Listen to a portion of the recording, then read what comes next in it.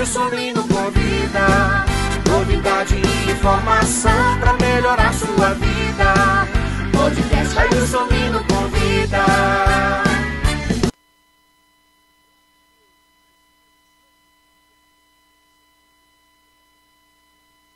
Sempre a gente traz uma personalidade, uma história bacana, um artista, alguém que tem algo de muito bacana para dividir com a gente.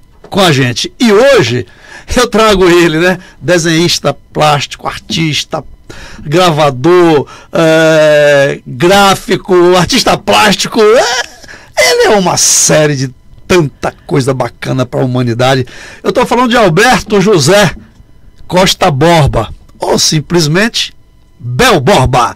Olá. Bel, que bom você estar aqui com a gente. Muito obrigado. É um prazer estar aqui com vocês, na sua audiência e com você, pessoalmente, que você é muito simpático, viu? Oh, que legal. E você é muito mais ainda. Obrigado. Bel, a gente que está aqui na posição de entrevistador, a gente quando entrevista qualquer pessoa que não tem assim uma ligação afetiva comigo, com o entrevistador, é uma coisa que sai na base do profissionalismo. Mas quando a gente está de frente com esse entrevistado e que a gente é fã dele, há uma emoção, um arrepio, é um bate-papo carinhoso e familiar. Bom, é o que eu estou sentindo aqui agora. Que bom, né? que bom, idem. Bom, eu confesso que antigamente eu ficava um pouquinho mais nervoso nas entrevistas, agora eu começo, depois de ver, acho que estou descarando, estou ficando mais relaxado.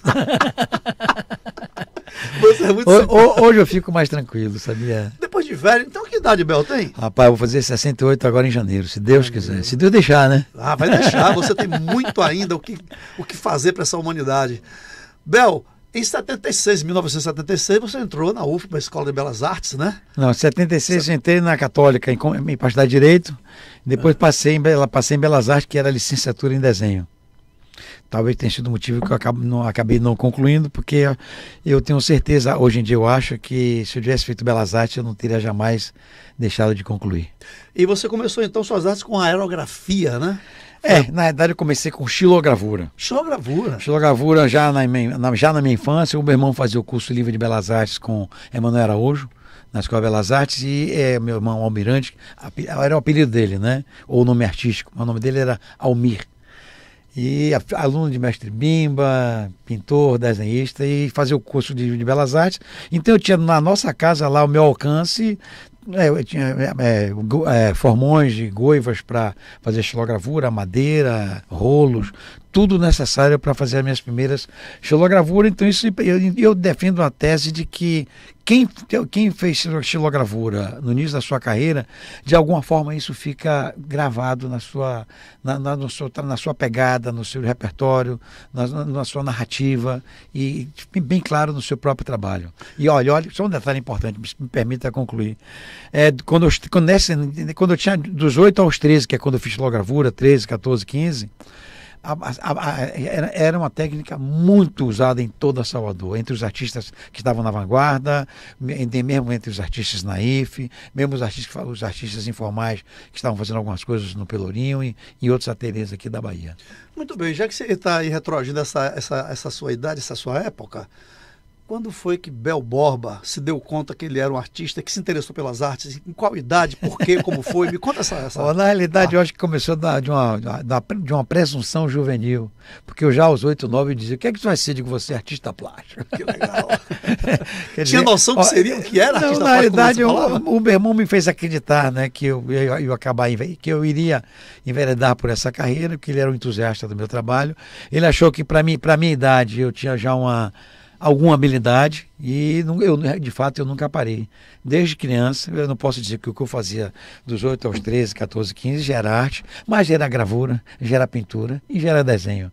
Claro que com a proporção que você vai amadurecendo, o seu trabalho vai dando liga a conceito e vai tomando uma consistência que você já pode se referir ao que você faz como um produto artístico. Muito bem, xilografia, aerografia.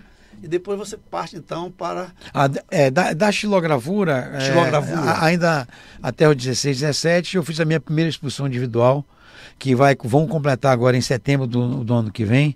Vão completar 50 anos que fiz a minha primeira vernissage, ou o meu primeiro vernissage, que foi na Galeria Caniçares, na Escola de Belas Artes, aos 18 anos. E era claro que a maioria dos meus convidados tinham mais ou menos a minha idade, né?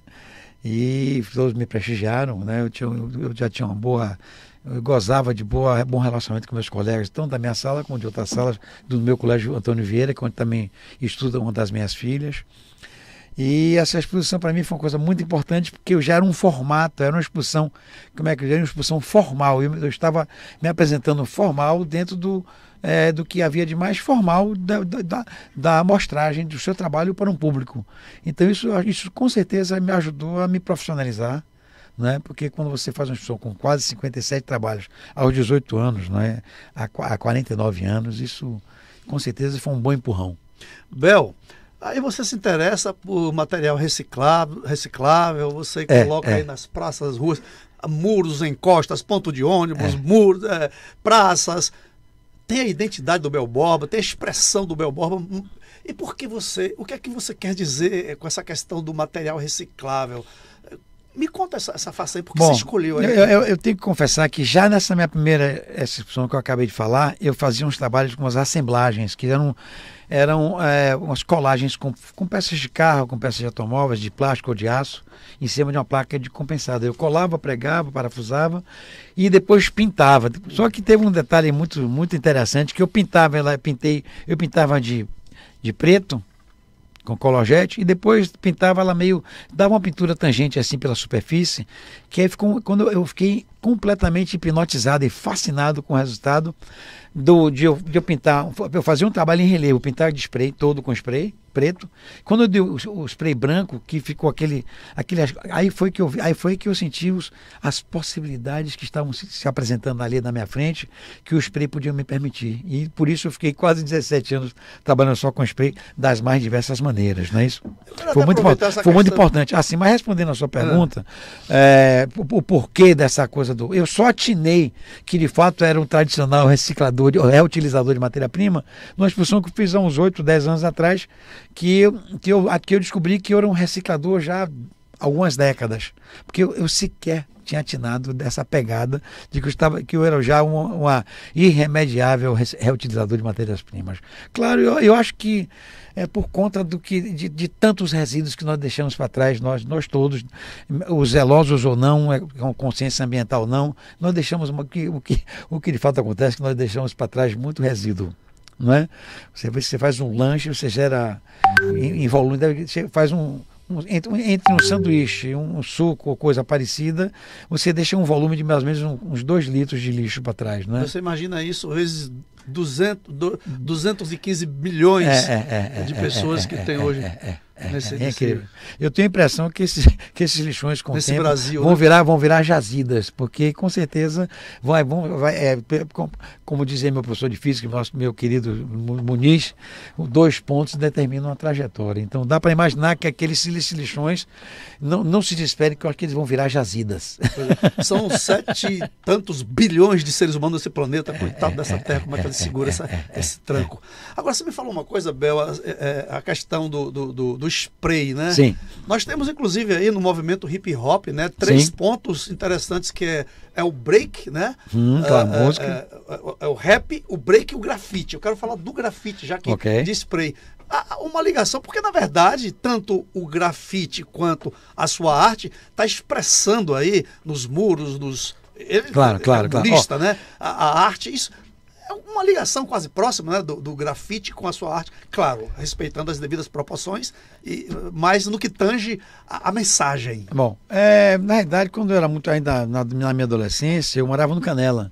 E o Canela era o centro onde reverberava todas as questões de manifestação dos estudantes, políticas, etc., baixa ditadura, baixo imperialismo, aquela coisa toda. Então, o Vale do Canela, onde eu morava, os muros do Hospital das Clínicas e tantos outros, eles eram cobertos com manifestações dessa forma, de protestos com os mais diversos destinos, né? Então, quer dizer, de alguma forma, eu já cresci vendo as pessoas, clandestinamente ou não, subversivamente ou não, entre aspas, já estão se manifestando nas paredes. Então eu me vejo ali crescendo, vivendo num bairro coalhado de informação, de manifestação nos muros e nos murais, né? Nas paredes que se tornavam murais de protesto, né?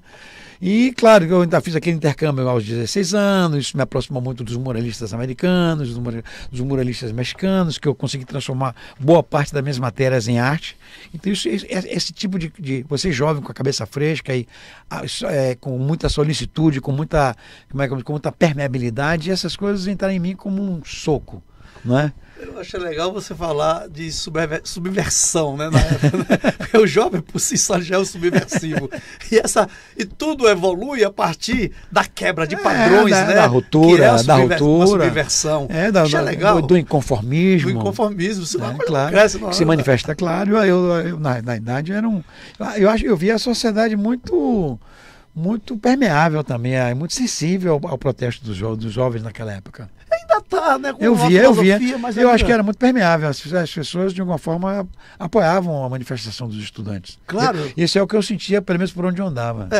Hoje a gente sente que, pelo menos do meu ponto de vista, que o movimento estudantil no passado era muito mais forte, muito mais atuante, né, do que hoje. Hoje também muita informação, muitos meios de comunicação, acaba a coisa, a gente não percebendo muito o foco do movimento estudantil como tinha antes. Bom, o que eu vejo hoje, que é uma conclusão que a gente vai chegando, né?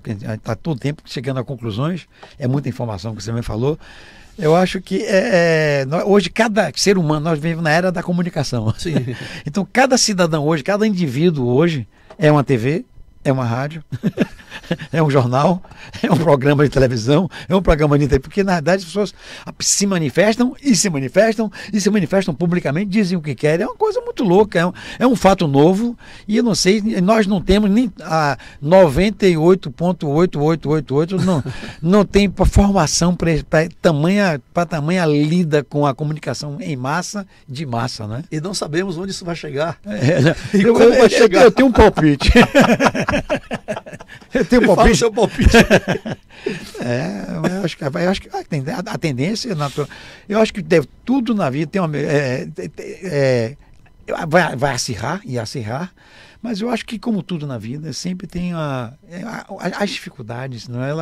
Ela desenvolve musculatura, ela força um pouco nossa evolução, nosso desenvolvimento. Então, eu acho que tudo tem esse lado, né? É até redundante ficar falando que tudo tem os dois, positivo e negativo, mas inevitavelmente a tendência é o acirramento, já que está todo mundo se manifestando à vontade, né? Eu acho até de uma forma, acho que eu sou a favor da liberdade de expressão.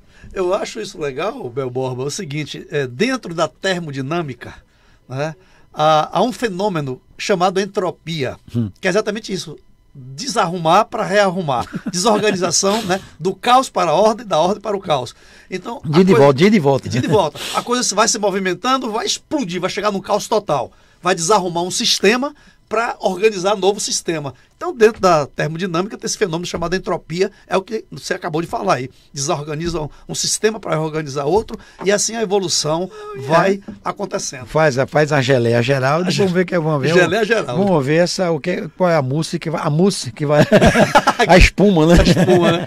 Agora, Bel, tenho tanta pergunta para você aqui que eu fico até assim, meio sem saber por onde começar. Uma coisa que me chama a atenção, dentre tantas outras, na sua arte, nas suas exposições, aí nas ruas, nas avenidas, nas encostas, em tudo quanto é do lugar, a gente vê a marca do Bel Borba expressando a sua arte para que o povo se encontre, além de apreciar essa arte, ver a mensagem que está ali. Uma coisa que me chama a atenção, por exemplo, no Candeal você tem uma serpente que ela tem 85 metros. Era 75, mas ela ainda está comigo, depois daquele episódio, que na verdade foi um trote de jovens rapazes, que alguns deles até se manifestaram, se apresentaram, confessando que foi uma brincadeira juvenil deles, que pediu inclusive desculpas, mas eu não sabia do que se tratava, porque o que me assustou é que quando eles largaram a cabeça, ou livraram o flagrante deles, era perto da minha casa, por isso que eu fiquei um pouco assustado, e até eles pediram que eu que ela era a serpente prateada que eu tinha que tirar. Eu até dei uma dissimuladazinha na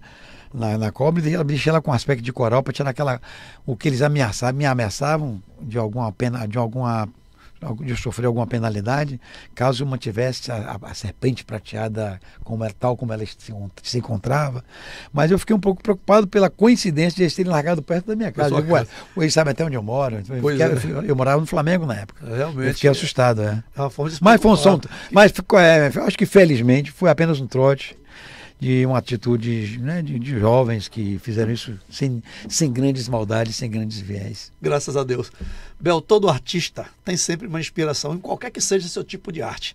É na música, na poesia, no teatro, é no cinema. Em qualquer tipo de arte tem sempre algo que inspira aquele artista.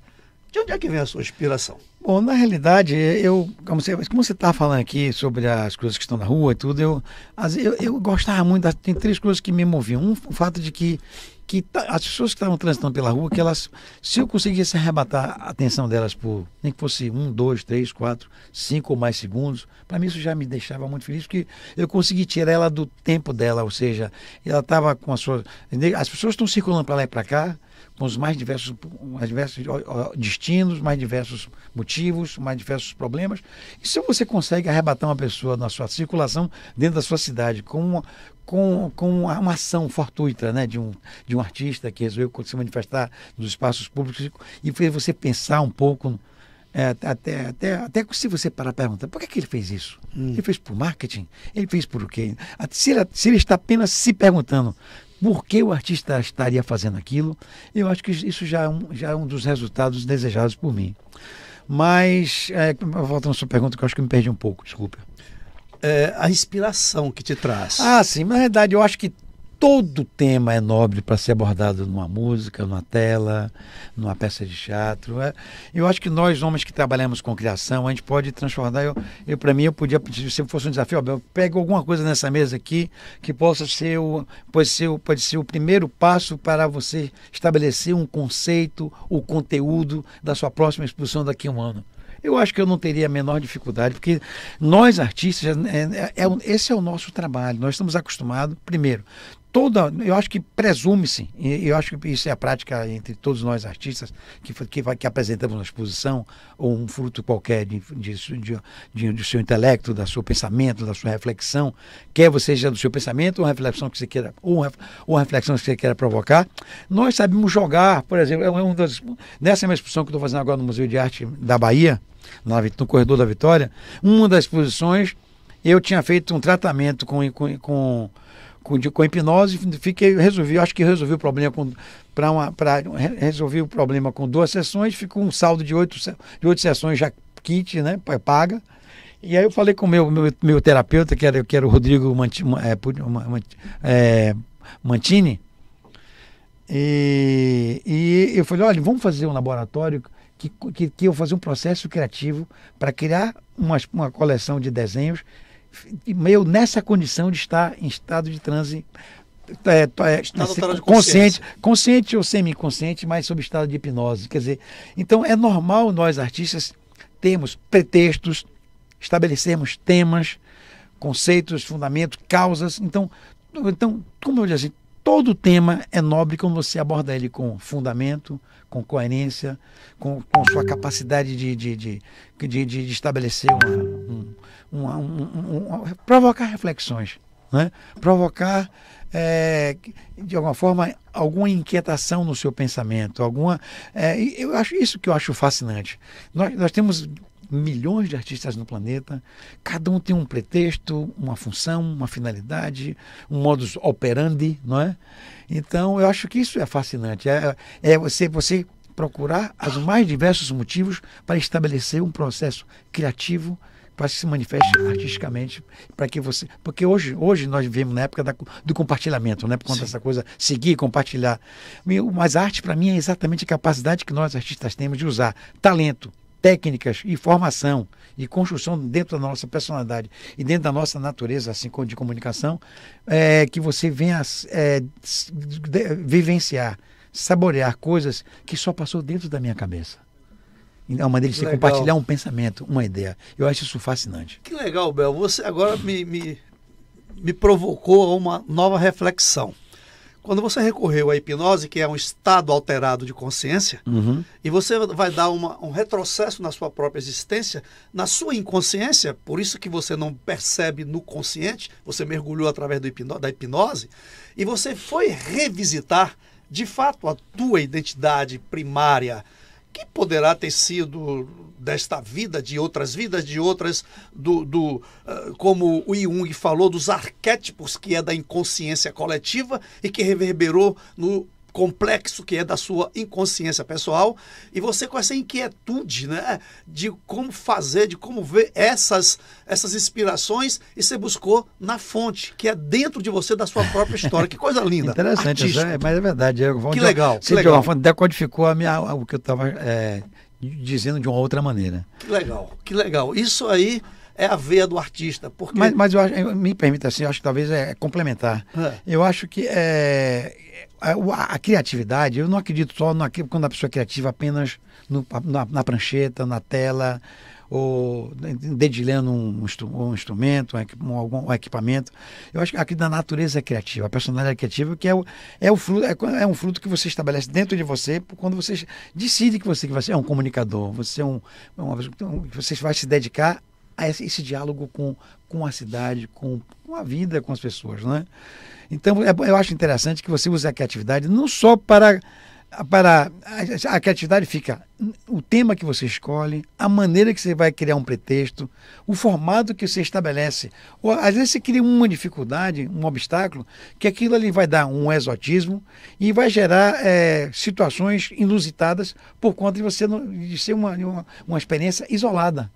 Então, você tem, às vezes nós nos vemos obrigados a trilhar caminhos, os mais diversos caminhos, os mais diversos pretextos, para que gere coisas que surjam supostamente espontâneo dentro da sua narrativa, do seu discurso e do seu processo criativo. Olha que profundo isso que você está falando, né?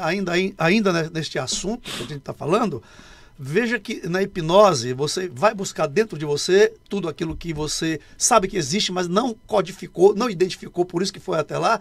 E coincidentemente ou não, você trabalha com reciclagem. O que é reciclagem? Aquilo que já se passou, já se usou lá atrás. É verdade. Então, veja a ligação que tem de uma coisa com outra. Não é porque eu não reciclo, mas eu reutilizo. Porque... Reutiliza, né? Então, se reutiliza, já foi utilizado não deixa de ser um processo de Desculpa. Psicologicamente, de reciclagem talvez seja mais coerente. Mas dentro, reutilização como reciclagem, né? E aí você busca essa reutilização do seu potencial interno lá no estado natural de consciência. Deixa de ser uma tentativa, você tentar vasculhar você usando meios, né? Com recursos de profissionais de apoio, né? É que eu estou fazendo aqui agora, ó. Tá aqui um monte de script aqui, de pergunta, eu não vou nem ligar para isso aqui, porque você já me interessou, já me incentivou, já fez eu buscar outro tipo de pergunta, já fez eu sair do trivial, eu não quero mais saber do que está escrito aqui, nós vamos bater papo mesmo, sabe?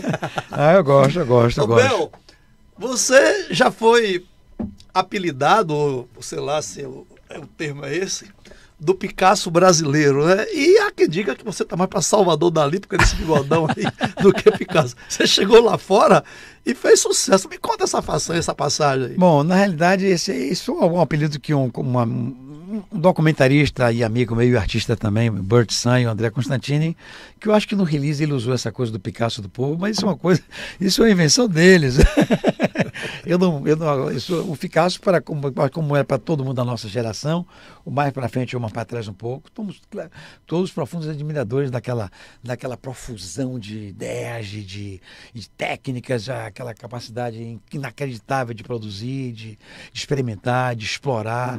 Então, eu acho que o Picasso deu um show exatamente de versatilidade, de resiliência, de personalidade, né, de catalão. O Picasso, entre a vida e a obra dele, na verdade, ele estimula muito, ele dá muitos exemplos e dá muitas sugestões do que você poderia ser como uma pessoa artística, um ser artístico, ou um ser artista, né? Fazendo aí uma... Mas esse apelido foi talvez uma uma frase que o meu querido amigo Bert Sun colocou, mas eu acho que eu não consigo. Para mim, eu acho que há um desnível muito grande do grande Picasso para esse modesto cidadão. Oh, meu Deus do céu, baiano, não há desnível, não. Há diretrizes diferentes, há, vamos dizer assim, vertentes diferentes, mas não há desnível, não. Até porque, falando, quando você começou lá na aerografia, eu estive recentemente, eu acho que este ano ainda, eu estive em Barcelona e vi os primeiros rabiscos de Picasso no fundo de uma igreja lá. É sério? Eu não sabia disso. Tem é sério? os primeiros rabiscos de Picasso lá no fundo de uma igreja, no esboço, esboço, tal. As primeiras coisas, até tá no meu Instagram. Aí, que interessante. E aí, quer dizer, aí eu estou trazendo essa correlação com os seus primeiros, na xilogravura. Xilogravura, porque né, eu acho assim, é uma conclusão minha, né, que quando eu estava fazendo xilogravura, a xilogravura estava acontecendo com Hansen Bahia, Juarez Paraíso, Edson da Luz, Denise Pitágoras, Renato Viana, Leonardo Alencar, Mano Araújo, acho que já falei. E então estava acontecendo aqui, então era com muita exuberância, e o Hansen Bahia, então quando eu via de repente o jovem ali com 12, 13 anos naquela fila de Terreiro de Jesus ali, eu tentando circular, apresentando minhas gravuras de uma maneira informal, uma criança, né, 12, 13 anos, e aí os naifes estavam fazendo isso, os artistas populares também fazendo com xilogravura, então e eu acho que a xilogravura, que ela é um método indireto, que você derrisca, você corta para depois imprimir, ela é corte e recorte, é positivo e negativo. Então, de alguma forma, esse tripé aí, ele está sempre de alguma forma, de um jeito ou do outro no meu trabalho, quer seja na pintura, quer seja na escultura, quer seja no desenho. Não é porque foi quer dizer, meus primeiros anos da minha vida, ou seja, dos 8 aos 13, 14, 15, até quase 16, eu ainda estava às voltas com xilogravura, né? Então, isso para mim, isso com certeza, isso fica gravado, né? Em relevo na sua narrativa, no seu discurso, né? No seu sotaque. Legal. Você falou agora o nome de grandes artistas aí, dentre eles você citou Juarez Paraíso. Nosso grande mestre, Até agora, no dia 3 de setembro, ele completou 90 anos, está forte, criando, bacana. E eu não vi, meu caro Bel Borba, nenhuma manifestação na mídia baiana, né? Apesar de não ser baiano, né? Ele é mineiro, se eu não me engano, é mineiro, né? Ele é de Rio de Contas. Rio de Contas é Bahia, Rio de Contas é baiana, é verdade. E apesar dele estar aí, a mídia não fez nenhuma manifestação. Não, tá aí você já fazendo, isso é bom, é. Quer dizer, eu fico impressionado com isso, gente. O Juarez Paraíso, o Bel Borba e tantos outros artistas têm uma como é que eu posso dizer para você? Relevância, uma relevância claro, muito grande um nas artes da história do mundo inteiro. Como é que não é lembrado pela mídia? 90 anos, uma idade bacana, ele está aí forte, bacana, trabalhando. E eu fico triste aí com a mídia aí que não. O Juarez Paraíso, assim, na minha carreira em especial, ele tem uma influência imensa, né? Porque eu via tudo que ele. Eu presenciei quase tudo que ele fez quando eu ainda era muito jovem. Isso aquilo era uma coisa inspiradora, a versatilidade dele é uma coisa incomparável, de tantas técnicas e da imagem, domínio da imagem, na fotografia, na gravura, na litogravura, de um virtuosismo, um homem, até eu nunca fui aluno dele, mas os alunos sempre falavam do rigor que ele imprimia com os alunos para a formação profissional de quem se propunha a ser muralista, o rigor que ele cobrava dos seus alunos para que eles se inscrevessem, como é que eu diria assim, no formato para uma carreira que você estava se propondo. E o Juarez Paraíso, a versatilidade dele, para quem conhece a obra dele, como eu e os meus colegas da minha geração, conhecem ele muito bem. É um dos artistas mais importantes aqui da história recente aqui da nossa terra. E eu tenho certeza que ele tem um lugar garantidíssimo, assim, que eu não subestime, não. O Juarez, dentre os artistas que eu conheço, todos têm um imenso respeito a ele. Imenso. E todos conhecem muito bem a sua obra quase que na totalidade. Inclusive, Bel, há um movimento aí de o pessoal tá colhendo assinaturas até para tombar a arte dele, né? Bom, inclusive já tem 1.500 assinaturas virtuais e 500 e tantas já física para isso, né? Eu vi na mídia isso aí. Ojalá que seja uma decisão dele, o gosto dele, e ojalá tenhamos espaço, suporte e, como é que eu diria, e uma continuidade no zelo dessa obra que possivelmente pode se tornar domínio público?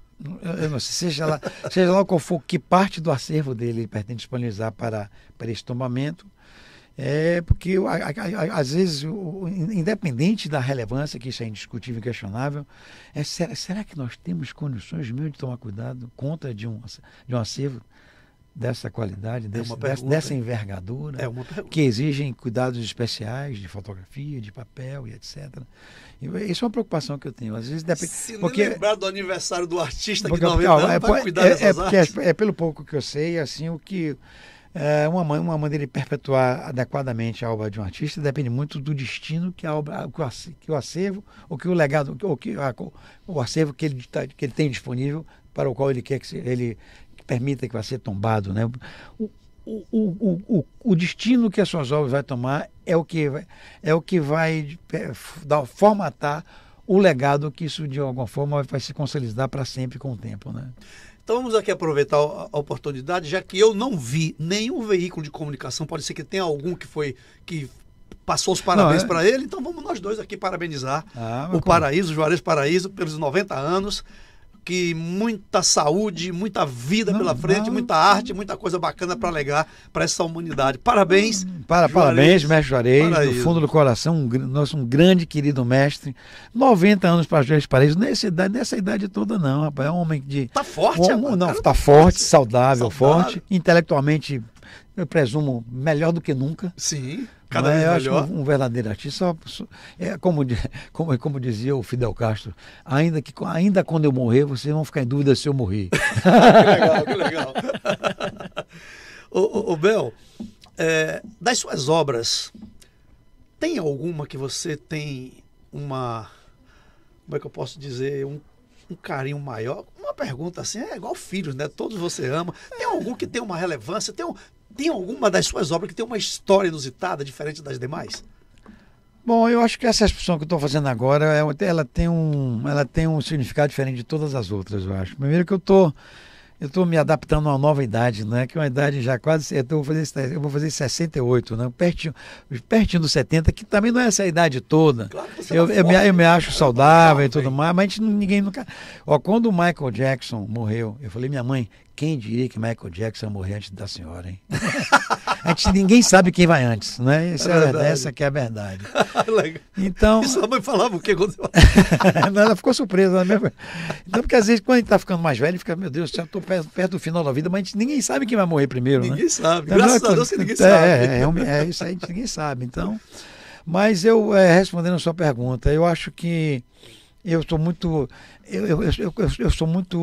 como é que eu diria assim, eu me deixo contagiar completamente pela Bola da Vez. A Bola da Vez, essa exposição que estou fazendo no Museu de Arte da Bahia. Fala dela. Lá com o nosso querido diretor Pola. Elas são 6 exposições em uma, não é? Eu constatei recentemente que tinham 12 anos que eu não fazia uma exposição em museu e galeria aqui na Bahia. Fiz algumas na Alemanha, fiz alguma coisa na Suíça e na Espanha. Exposições na Espanha fiz uma ocupação de quase 1.300 metros quadrados. Tinha uma exposição que eu fiz em Salvador, levei para Recife, depois levei para Pamplona com o nosso querido Eustáquio Personaga. E a melhor representação que eu tenho é na Suíça e na Alemanha. Vou fazer uma exposição esse ano agora, 25 de agosto, na região metropolitana de Frankfurt, com a coleção obras de boa estatura, e que eu venho passeando por me apresentei em alguns museus nos últimos 8 ou 10 anos, não é?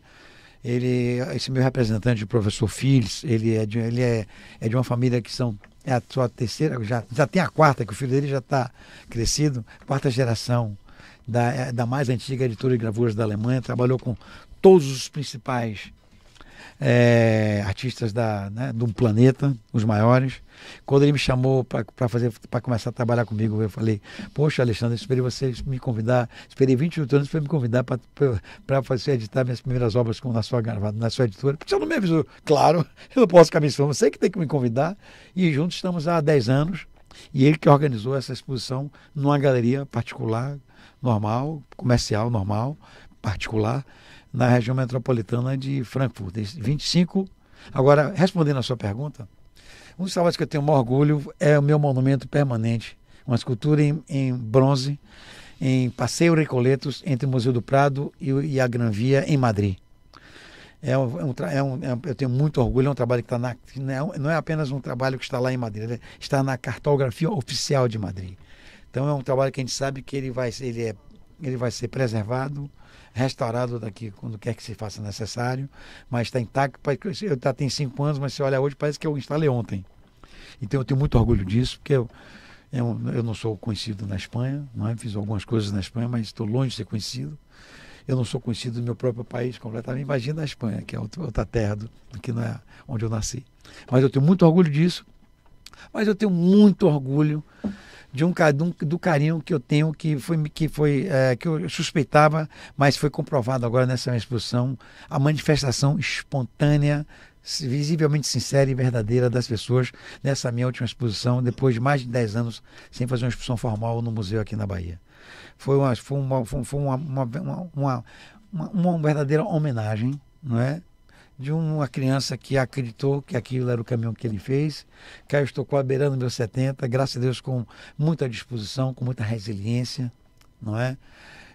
Nem eu, nem ninguém precisa que todos gostem, que todos aprovem o que eu faço, todos amem o que eu faço, ou que todos sejam... Unanimidade não existe, e não deve existir. Não precisa. Não precisa. Não é? Mas tem que respeitar sempre as mesmas coisas que você não gosta nem admira. Sim, é verdade. Então essa exposição, fala mais dela, já começou? Começou dia 8 de agosto e vai até o dia 29 de setembro, exceto as segundas-feiras que os museus fecham. Ela está sempre de 9 às 18 horas. Eu costumo ficar lá de 16 às 18 horas. E que é o fachada do material, vou lá ver as pessoas que têm visitado. Temos tido uma excelente visitação. Estamos tendo uma exposição no mesmo prédio, no mesmo museu. No Corredor Vitória, Museu de Arte da Bahia, a exposição do nosso querido Ariano Suassuna, que, sim, na pior das hipóteses, se não gostar de mim, você vai lá e vai gostar do que você vai ver. E tem o Fábio Magalhães também, na sala ao lado do Ariano Suassuna. Então temos 3 grandes exposições lá no Museu de Arte da Bahia. 3 grandes exposições. Eu convido a todos vocês aí a ir conhecer essas 3 exposições, sobretudo o nosso querido Bel Borba, que é prata da casa, né? E é um artista espetacular. Muito obrigado. Um reconhecimento internacional, e as obras do Bel Borba, pelo amor de Deus, elas estão impregnadas na Bahia, no seu estado, no mundo, impregnadas na cultura brasileira, sobretudo a baiana, aí, nos muros, nas encostas. O Bel Borba é, de fato, uma expressão que a gente não pode nunca desprezar. Eu rodo muito, mas eu já saio de Salvador pensando na volta. Alguém me convida para algum evento, alguma coisa, mas volta quando? Então, quando eu viajo para algum lugar, muitos desses lugares que eu fui em exposição, apenas visitando, eu digo, lá de onde eu venho, os taxistas e os garçons me chamam pelo nome, e as pessoas me tratam com um olhar de admiração e muito respeito. Então, eu acho que isso é muito mais do que eu poderia sonhar no início da minha carreira lá atrás. Então, eu vivi para sentir esse gosto de permeabilidade, de pertencimento a uma cidade que não é uma cidade pequena, é uma cidade de 3 milhões de habitantes, não é? Que as pessoas se referem a mim, sabem que podem me tocar, que estou ao alcance deles. É como aqui na Bahia nós fazemos um carnaval, uma festa imensa, e a maioria das músicas é feita por baianos, que você conhece o compositor, que o compositor conhece você. Então isso é uma coisa fantástica que tem só aqui na Bahia. Deve ter outros lugares, mas para mim só tem aqui na Bahia. Você tem um espírito leve, rapaz, você é do povo, você é um homem que eu nunca ouvi, eu tenho 62 anos de idade, já não sou tão gatinho. Tá bem. Amarelo viu até o peitoral, porque tá bem. Eu nunca ouvi ninguém falar mal de Bel Borba. Muito pelo contrário, só falar com carinho.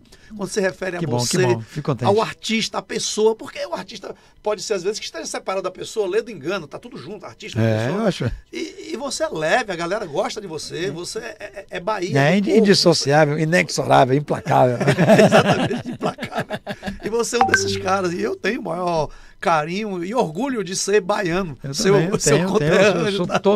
Eu sou, para mim, eu acho que a minha natureza é totalmente aqui, o baiano da cidade da Bahia, de Salvador. Pois é, rapaz.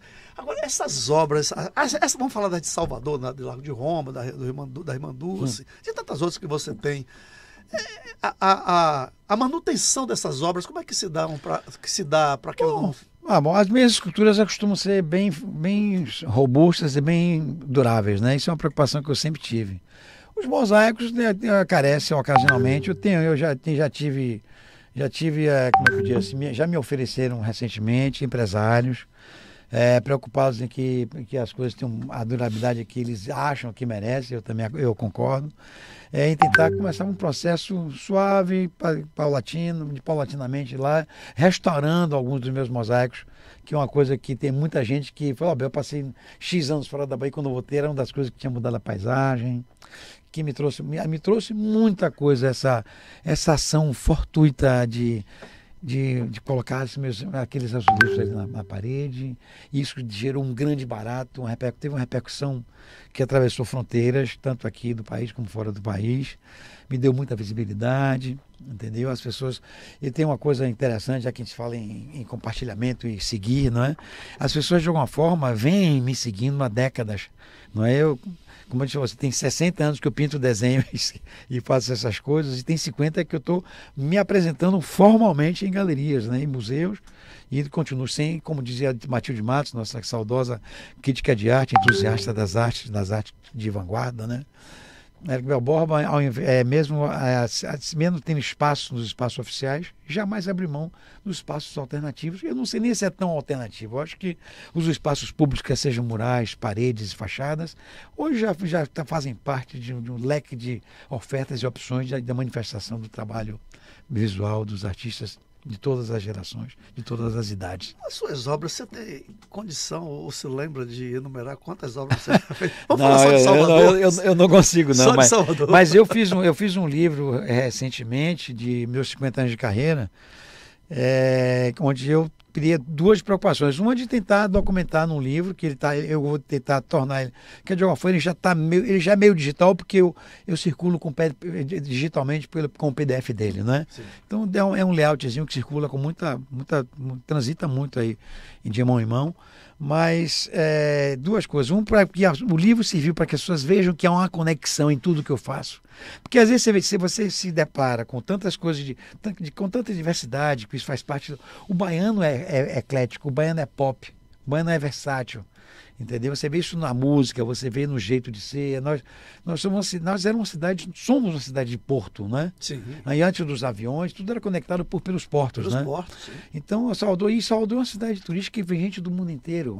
Em alguns momentos cai um pouco, mas daqui a pouco sobe. As pessoas circulam muito nesse planeta. E Salvador é uma cidade de convergência.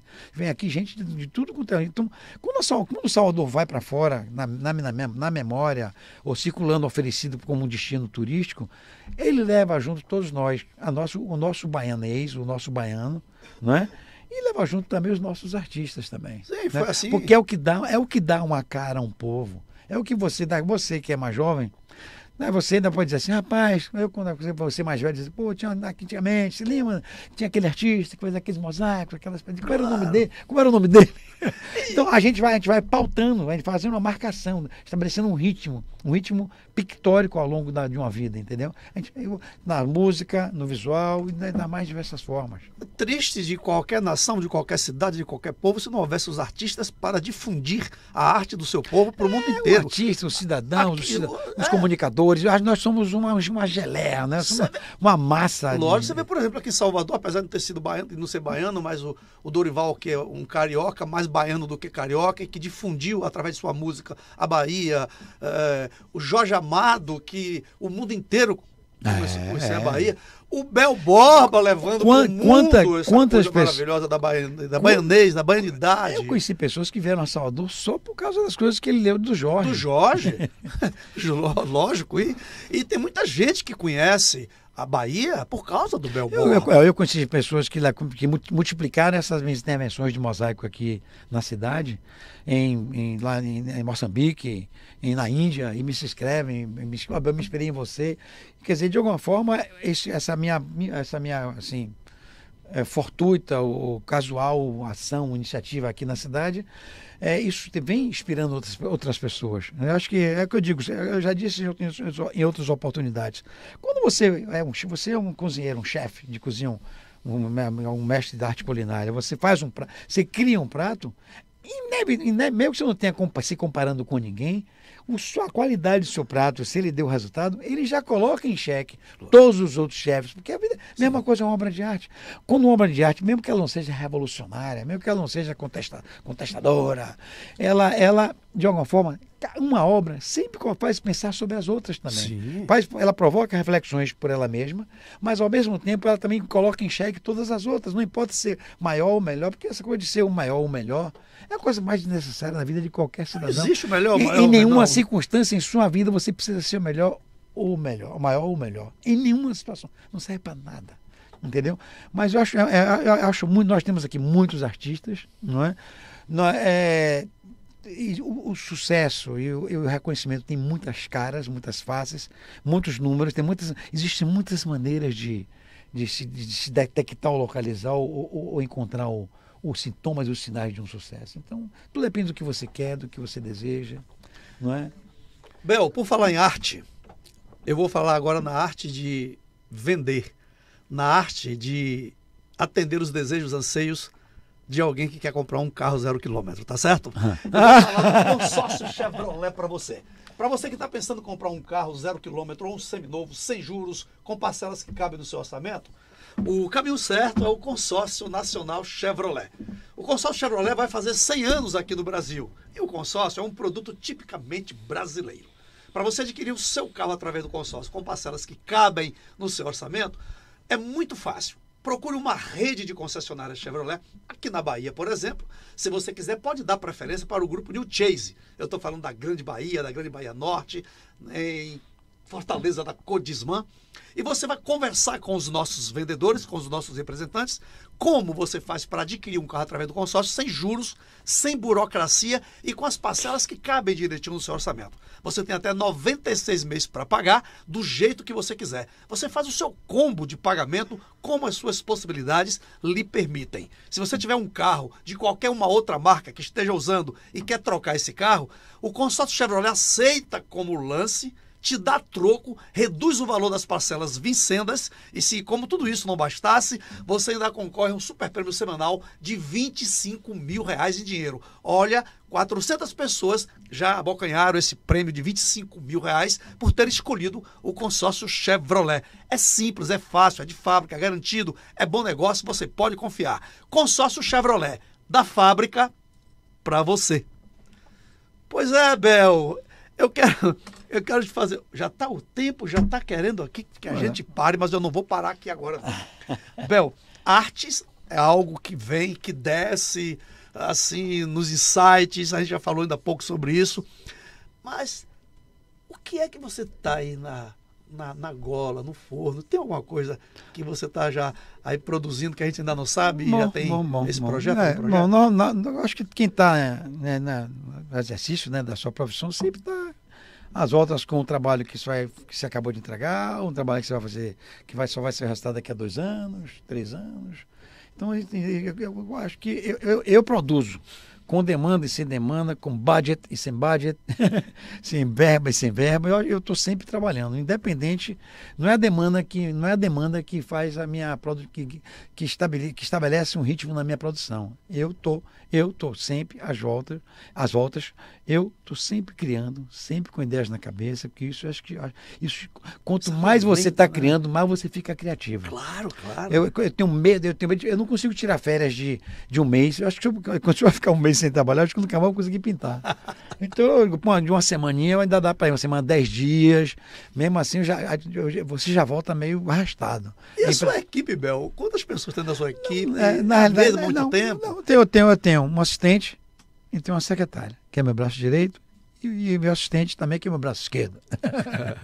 Mas, normalmente, a pintura, só eu que pinto mesmo meu trabalho. Sim, claro. Na escultura, a escultura eu tenho que terceirizar. Sim. Não é? O que é soldado, o que é fibra, o que é impresso em 3D. Então, na verdade, eu trabalho com as mais diversas técnicas. Eu trabalho com aço, cortem, então, com aço inoxidável, aço carbono. O que eu menos gosto é fibra de vidro, porque eu acho que é muito insalubre para mim. Para minha idade também, né? Mas eu trabalho com alguma técnica. Eu uso tecnologia, eu não sou muito tecnológico, mas uso tecnologia no meu trabalho. Terceirizado com operadores, etc. Mas eu sou muito físico. Eu não sei ligar um computador, não sei imprimir nada por computador. Eu só uso o celular e, modéstia à parte, até você usar aquele bichinho. Artista é outra coisa, você tá além disso aí, rapaz. Eu sei usar bem. E, não, vamos lá, fica à vontade. Não, por favor, complete. Pois é, então, respondendo a sua pergunta, foi sobre... Perdão? A sua equipe, né? Ah, sim. Então, tem a Thaísa que me ajuda, tem o Buio também que me ajuda também, e eu tenho alguns casuais, independente do trabalho que eu estou fazendo, alguns fornecedores que me ajudam, mas se alguém pergunta, quem é o cara que faz o seu trabalho, esse não existe, porque essa ousadia eu não dou a ninguém. Claro, tiraria a sua identidade, é o meu bom. Não, eu acho que me deixaria inseguro. Que legal. Você ficaria na mão de terceiro, isso é uma coisa muito perigosa, eu acho. Muitíssimo perigosa. Eu acho. Ô Bel, tem um amigo seu aí da sua adolescência, inclusive ele me deu esse brief aqui, chama o meu amigo que entrevista o Bel Borba, falei, já está na minha relação. Que bom, Bem, calhar que você já está aí fortalecendo, porque já estava aí a nossa produtora que dali, a Bia, já estava com você já na relação, e ele me falou, olha, fala para ele, se ele se lembra, a gente era adolescente, magros e bonitos. A palavra dele. Bonito eu nunca fui. Isso aí é a palavra dele. E nós namorávamos, né? Duas amigas, duas primas, se eu não me engano. Uma era Dedé Arlene. E Arlene, né? Bernardo Guimarães, doutor Bernardo Guimarães, que te manda um abraço. Minha querida amicíssima Adelina. Pois é. Me fala dessa época com o Bernardo. Bom, o Bernardo, na verdade, eu conheci a Arlene através de Adelina, não é? Que é a minha amicíssima até hoje, já somos amigos há mais de 50 anos. E a Arlene tem uma amiga que é artista também, ela faz fundições de pequenos formatos, joias, é escultura também, né? E Adriano, que é o irmão delas, conheci os três, conheci até os pais deles. E Bernardo já era jovem, médico, magro, o bicho era bonitinho mesmo. Agora bonito nunca fui. A galera disse que ele é lindo lá. Nunca fui bonito, agora estou ficando coroa, estou ficando menos ainda. Aí, Bernardo, para você, ó, tá vendo? O Belbal falou que ele nunca foi bonito, mas que você era bonito, olha aí. Deus não ia poder fazer a pessoa, Deus já me deu algum talento. Se não fosse lindinho, não podia ser, pelo amor de Deus. Você quer demais, pô? Não é. Ia estragar o rapaz. E tu quer dizer que o Bernardo, então, deu talento, que ele é um médico renomado, né? Apesar de... Ele já era médico na época, né? Já era médico, eu acho que sim. Nessa sua época. Ele está em Lupeçanha, trabalhando lá nas prefeituras como médico, muito ativo na política, um nome muito bacana. Um cara que eu admiro muito e gosto da amizade dele. Manda um abraço para ele. Aqui, Bernardão, ó. Manda você Bernardo. Ali é anos 70, né? Anos 70. Anos 70, meados de 70, essa época aí que ele está falando. Tem tempo, viu? Pois é, tem tempo, mas o tempo não apagou, né? 50 anos, 50 anos. Vocês acham que estão mais ou menos da mesma faixa etária? Ele é capaz de ser mais jovem. Todo lugar que eu estou, eu sou mais velho, meu irmão. Eu não sei qual o problema. Eu não sei qual o problema. Onde é que estão todos? Está explicado, eu dou explicação para isso. É porque você atrai a juventude, o novo, né? Você atrai a vida. A vida é nova, é coisa nova. Como diz o americano, hopefully. Bel, É muito legal esse bate-papo aqui. Mas tá agradável, tá agradável mesmo. 300 perguntas para você. Eu fico aqui eu tenho mais 2 dias aqui para conversar com você. Mas esse relógio não nos deixa em paz. Ele fica cobrando pra gente. Por que não paras relógio? E música, você gosta de música? Qual tipo de música você gosta? Qual baiano que não gosta de música? Qual ser humano que não gosta de música? Eu achei o carnaval, me fala, você curte? Eu já fui mais carnavalesco. Eu acho que carnaval é uma coisa, é um produto nosso, né? Da Bahia aqui. É brasileiro, mas eu acho que o nosso é um produto diferenciado, né? É verdade. Mas eu já não embarco mais, não. Eu gosto de conversar, tomar um drink, comer alguma coisa, e assim, no carnaval dá, mas não é muito fácil para fazer. O que eu gosto de fazer no carnaval, o que eu gosto de fazer nas festas, é uma coisa mais serena. Eu gosto da música, eu gosto do show. Eu assisto como um show. Mas me acabar assim na pista eu já não faço já há muitos anos, já há muitos anos. Você já falou um pouco do seu dia a dia, da sua rotina, mas me fala mais. Bom, diariamente? Eu acordo todos os dias, 3h30, 4 horas da manhã. E dorme que horas? Eu durmo no máximo 10. Dorme pouco, e acorda bacana. Eu durmo 4, 5 horas há muito tempo. Durmo 40 minutos depois do almoço, quando pode. Bom. Não pode ser mais do que isso. Pratico esporte, caminho, faço. No verão agora fazer um surf ski lá com o nosso querido Bruno, da Galera Vivar. Sim.